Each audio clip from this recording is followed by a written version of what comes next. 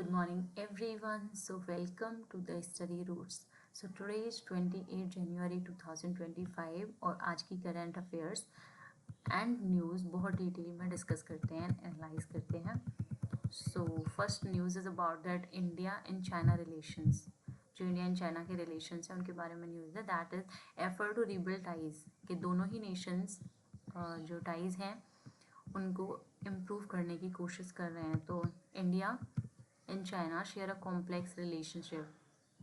We all know that India-China shares a very complex relationship marked by economic cooperation and geopolitical tensions. Economically भी और geopolitical tensions के चलते both nations are facing complex relationship, particularly over the line of actual control. पे अ disputed border area जो कि बहुत ही disputed border area है. In recent year tensions have escalated due to border clashes. और अभी हाल फिलहाल में जो बॉर्डर क्लैशेस हुए थे उससे भी टेंशन बहुत इंक्रीज हो गई थी. And China's hydro power project on the Brahmaputra river, और जो कि चाइना हाइड्रो पावर प्रोजेक्ट एक ब्रह्मपुत्रा रिवर पे बना रही है वो इंडिया की वाटर सिक्योरिटी के लिए बहुत ही कंसर्न शो करता है. दैट्स वाई दोनों नेशंस के बीच में रिलेशनशिप्स बहुत ख़राब हो चुके थे. तो India and China agree to resume direct flights, लेकिन अभी दोनों ही नेशंस रिलेशंस को इम्प्रूव करना चाहते हैं. जैसे कि अभी फॉरेन सेक्रेटरी विक्रम मिश्री, हमारे जो इंडिया के फॉरेन सेक्रेटरी हैं मिस्टर विक्रम मिश्री with Chinese foreign minister mister वांग यी इन बीजिंग. मंडे में अभी इनकी मुलाकात हुई है. उन्होंने सम इश्यूज़ पे बात की है, तो उनके बारे में बात करते हैं. तो India and China agree to resume direct flights. जो इंडिया चाइना के बीच में डायरेक्ट फ़्लाइट्स बंद हो चुके थे अभी वो रिज्यूम हो चुके हैं. वीज़ाज भी इशू होंगे एंड रीस्टार्ट द मानसरोवर यात्रा, और जो मानसरोवर यात्रा होती है वो भी रीस्टार्ट हो जाएगी पिलग्रिम्स के लिए by summer 2025. So they plan to renew dialogue. और जो हाइड्रोलॉजिकल डेटा है जो ट्रांस बॉर्डर्स को शेयर करता है तो उसके लिए भी उन्होंने बातचीत स्टार्ट कर दी है. This follows commitment made by the prime minister Modi and president Xi to stabilise relationship. दोनों ही नेशंस चाहते हैं कि रिलेशनशिप स्ट्रॉन्ग हो चाइना एंड इंडिया के बीच में. China also wants to improve relationship with India, क्योंकि अभी China is also sensing some threat from the USA, and India is the nation that can, if China join hand with India, of course it will be not a threat anymore. So China knows that, that's why it is following the diplomacy like that. So both nations aim to reduce mistrust and rebuild ties. दोनों ही nations mistrust को ख़त्म करना चाहते हैं and ties को rebuild करना चाहते हैं. दो concerns over China's Brahmaputra hydro power project पर से, लेकिन अब ये कंसर्न्स हैं जो कि बातचीत करेंगे तो of course it will be also tackle down. So the second news is very much important. So this is a report that is released on Monday by the ADR, that is the Association for Democratic Reforms. इसने एक report निकाली है. सो इस report की जो fact sheets हैं उनको देखते हैं. What this report says. So ये प्रोफाइल बताती है जो भी कैंडिडेट्स हैं जो कि आप बीजेपी एंड कांग्रेस के कैंडिडेट्स हैं उनकी प्रोफाइल के बारे में इन्होंने एक रिपोर्ट निकाली है. So the candidate with criminal cases, जो कैंडिडेट क्रिमिनल केसेस के, जिन कैंडिडेट्स के ऊपर क्रिमिनल केसेस हैं वो हैं सबसे ज़्यादा आप में कैंडिडेट्स हैं जिनके ऊपर क्रिमिनल केसेस हैं, दैट इज़ 63%. एंड कांग्रेस में that the percentage of criminal cases over the candidate that is 41%. And BJP में 29% कैंडिडेट्स हैं जिनके ऊपर क्रिमिनल केसेस हैं. So this report has released by the ADR, and also we as a citizen need to take care of it कि जिन candidates के ऊपर criminal cases हैं उनको वोट्स नहीं देने चाहिए. So एवरेज असेट्स पर कैंडिडेट. सो ये रिपोर्ट ये भी बताती है कि हर एक कैंडिडेट के पास कितने असेट्स हैं एंड जो भी कैंडिडेट हैं वो सबसे ज़्यादा वेल्थिएस्ट कैंडिडेट कौन कौन से हैं. सो बीजेपी जो पार्टी है उसमें सबसे ज़्यादा असेट्स होल्ड करते हैं कैंडिडेट्स. सो 11.70 करोड़ असेट्स होल्ड करते हैं आपके कैंडिडेट्स। उसके बाद हैं इंडियन नेशनल कांग्रेस के कैंडिडेट जो कि होल्ड करते हैं 14.41 करोड़ के असेट्स। एंड सबसे ज़्यादा जो पैसे वाले बोल सकते हैं वो हैं बीजेपी के कैंडिडेट जो कि होल्ड करते हैं 22.90 करोड़ के असेट्स। सो बीजेपी के कैंडिडेट वेल्दिएस्ट हैं। सो the next news is about the olive ridley turtle. This news is very much important with respect to competitive examinations क्योंकि we all know that olive ridley turtles are very much important for our environment and marine life. So इनकी importance and threats के बारे में बात करते हैं. So olive ridley turtle are vital to marine ecosystem has the control jellyfish population. और ये news क्यों आई है क्योंकि अभी बहुत सारे ऑलिव रिडले टर्टल्स जो हैं कोस्टल एरियाज़ में उनकी डेथ हो चुकी है, वो मरे हुए मिले हैं. तो उसके रिगार्डिंग ये न्यूज़ है कि बहुत ज़्यादा थ्रेट्स है ऑलिव रिडले टर्टल्स के लिए. So olive ridley turtles are vital to marine ecosystems के लिए वाइटल होते हैं. ये as they control jellyfish population को कंट्रोल करते हैं and maintain sea grass health, और जो सी ग्रास हेल्थ है उसको मेंटेन करके रखते हैं. विच सपोर्ट अदर मरीन लाइफ, जो कि सी ग्रास हेल्थ है वो अदर मरीन लाइफ हैं जैसे कि corals which are very much important for us and marine life. So उसके लिए सी ग्रास को ये हेल्दी रखते हैं. And also they are known for the mass nesting, जिसको हम एरी बड़ा भी बोलते हैं. मास नेस्टिंग को एरी बड़ा भी बोलते हैं. सो लाइक दिस, ऐसी ये मास नेस्टिंग बनाते हैं जिससे कि मरीन लाइफ को हार्म नहीं होता है.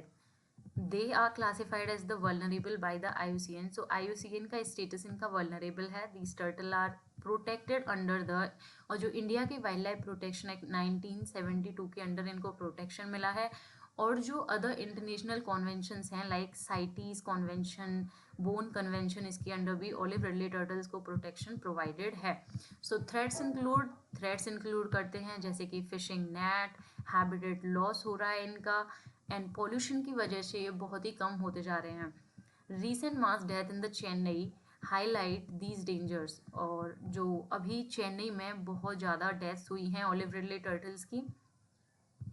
Conservation measures like turtle excluder devices in the net, pollution conservation measures conservation measures हैं कि टर्टल एक्सक्लूडर डिवाइस लगा सकते हैं नेट में, पॉल्यूशन को कंट्रोल कर सकते हैं एंड प्रोटेक्टेड नेस्टिंग जोन्स भी बना सकते हैं. Are essential to ensure their survival and preserve marine biodiversity को प्रिजर्व करने के लिए their survival is very much important. So उसके लिए एफर्ट्स लेने चाहिए. So the next news is very much important, that is about the Israel and Palestine. So क्या Israel and Palestine के जो बीच में वॉर चल रहा था क्या वो ख़त्म हो चुका है? सो अभी बात करते हैं. तो अभी बहुत सारे Palestinians return to Gaza amid fragile cease fire.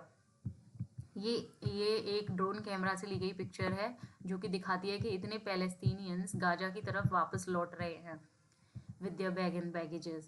So the Gaza Strip has faced significant destruction in the 15th month conflict. 15 month की कॉन्फ्लिक्ट चली है जिसमें कि गाजा स्ट्रिप ने बहुत ही डिस्ट्रक्शन फेस किया है बिटवीन इजराइल एंड हमास के बीच में. सो a ceasefire although fragile has allowed for a limited reopening, है ना. और सीज फायर है वो उसने लिमिटेड रीओपनिंग गाजा की अलाउ कर दी है, leading to a significant return of displaced Palestinians. जो डिस्प्लेस्ड पैलेस्टीनियंस थे वो वापस जा रहे हैं. सो ऐसा है कि अब वॉर ख़त्म हो गया है. सो अभी ऑफिशियली डिक्लेरेशन नहीं आई है कि वॉर ख़त्म हो चुका है, लेकिन अब नियर फ्यूचर में वॉर ख़त्म होने की पॉसिबिलिटी है. So that's a good news. अगर वॉर्स ख़त्म होता है तो बहुत ही डिस्ट्रक्शन हो चुका है गाजा स्ट्रिप में. So the next news is very much important with respect to competitive examination. So that is about the GBS death और the Guillain Barre syndrome. So the union health ministry deployed team. Union health ministry ने एक team बनाई है after the GBS death in the Maharashtra में जितनी भी GBS death हुई हैं उसके बाद. So that is about the Guillain-Barré syndrome. That is a rare autoimmune disorder. एक बहुत ही रेयर ऑटो इम्यून डिसऑर्डर है ये, where the body's immune system attack the peripheral nervous system, जहाँ पे बॉडी का इम्यून सिस्टम खुद ही अटैक करता है पेरिफेरल नर्वस सिस्टम को, जो कि वायरस या बैक्टीरियल इन्फेक्शन की वजह से होता है. It can lead to muscle weakness, और जो मसल्स हैं वो बहुत ही कमज़ोर हो जाती है इसकी वजह से, और पैरालिसिस भी हो जाती है. क्योंकि जो इम्यून सिस्टम है वो अटैक करता है नर्वस सिस्टम को, तो ऑफ कोर्स मसल्स बहुत ही वीक हो जाती हैं, जिसकी वजह से पैरालिसिस हो जाती है.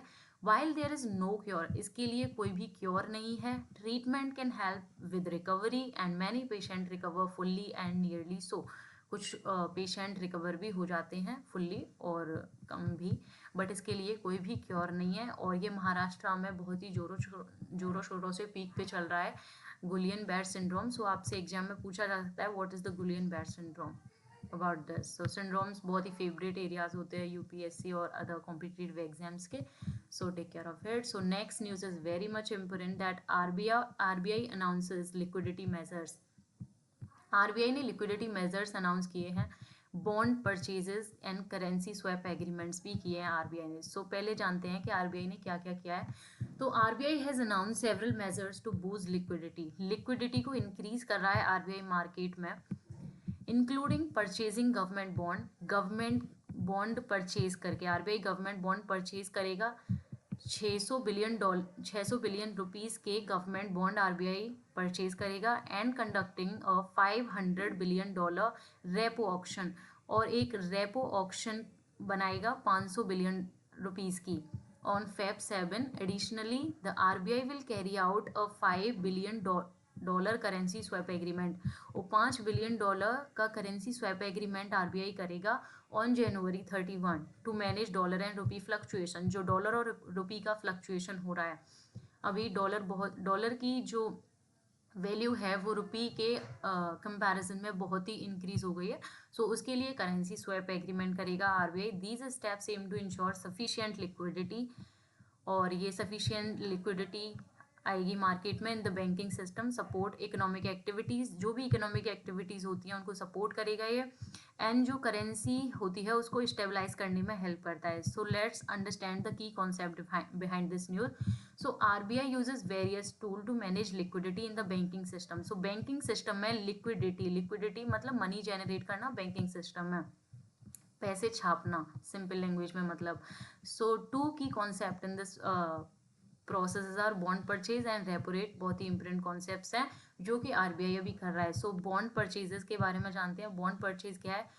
The RBI buying government bond. Government जो बॉन्ड इशू करती है उनको आरबीआई खरीद लेता है, which increase money supply in the economy. मतलब गवर्नमेंट जो बॉन्ड इशू करती है, आरबीआई उन बॉन्ड को खरीद के आरबीआई मनी प्रिंट करके गवर्नमेंट को दे देता है, जिससे कि मनी सप्लाई इकोनॉमी में इंक्रीज होती है.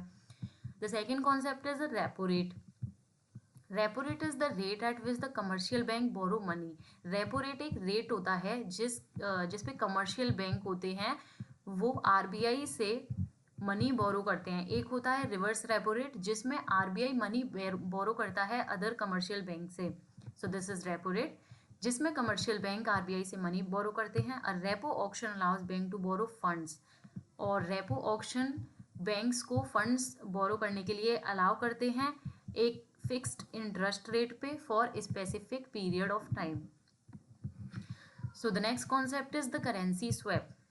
It involve the RBI exchanging currencies with commercial bank. जो कमर्शियल बैंक होते हैं उनके साथ आरबीआई करेंसीज का एक्सचेंज करता है to manage exchange rate stability. Exchange rate stability को मैनेज करने के लिए मार्केट में. This is very much important with respect to competitive examination, mainly these concepts. The next news is about the UCC. Uttarakhand implement, जिसमें उत्तराखंड ने UCC का concept implement कर दिया है उत्तराखंड में. The uniform civil code seeks to replace personal law. Uniform civil code personal laws को replace करता है बेस्ड ऑन रिलीजन प्रैक्टिसेस. जो रिलीजियस प्रैक्टिसेस पे लॉ बेस्ड होते हैं, with unified set of laws governing marriage, जो कि रिलेटेड है मैरिज से, डाइवोर्स से, इनहेरिटेंस से एंड प्रॉपर्टी राइट से. यूनिफॉर्म सिविल कोड आता है comes under Article 44, that is the directive principle of state policies, जो कि गाइड करते हैं स्टेट को लॉस बनाने में of the Indian constitution, encourages its implementation to promote equality, secularism को प्रमोट करता है article 44, but its enactment has been continuous, particularly regarding minority rights. So, the Uttarakhand became the first Indian state to implement UCC post independence. Independence के बाद उत्तराखंड पहला state बन चुका है जिसने यूसीसी को इम्प्लीमेंट कर दिया है, excluding scheduled tribe and immigrants. लेकिन इसमें से जो शेड्यूल्ड ट्राइब्स के लिए स्पेशल राइट्स होते हैं, that is the affirmative actions by the government, उनको एक्सक्लूड किया है. इट बैन्स प्रैक्टिसेस लाइक, लेकिन इसने जो प्रैक्टिसेस होती हैं लाइक हलाला, इदादत एंड तलाक, इन प्रैक्टिसेस को बैन किया है. Ensuring women's equal property and inheritance right, जिससे कि वीमेंस को इक्वल प्रॉपर्टी के और इनहेरिटेंस के राइट्स मिलेंगे. अ डेडिकेटेड पोर्टल भी बनाया है यूके की गवर्नमेंट ने, facilitate online registration of marriage, divorce and live in relationship को भी इसमें इंक्लूड किया है with Aadhaar based verification and multilingual AI translation. This initiative में influence other states adoption of UCC, sparking nation wide debate on its implication. Nation wide debate चल रही है. अगर so tell your point of view in the comments down about कि UCC जो है वो throughout the nation implement होना चाहिए या नहीं. सो with this we come to the end of our news analysis. So thanks for watching. If you found this helpful, don't forget to like, share and subscribe to Study Roots and share your views in the comments down. See you in the next video. Till then, keep learning and stay informed. Thank you.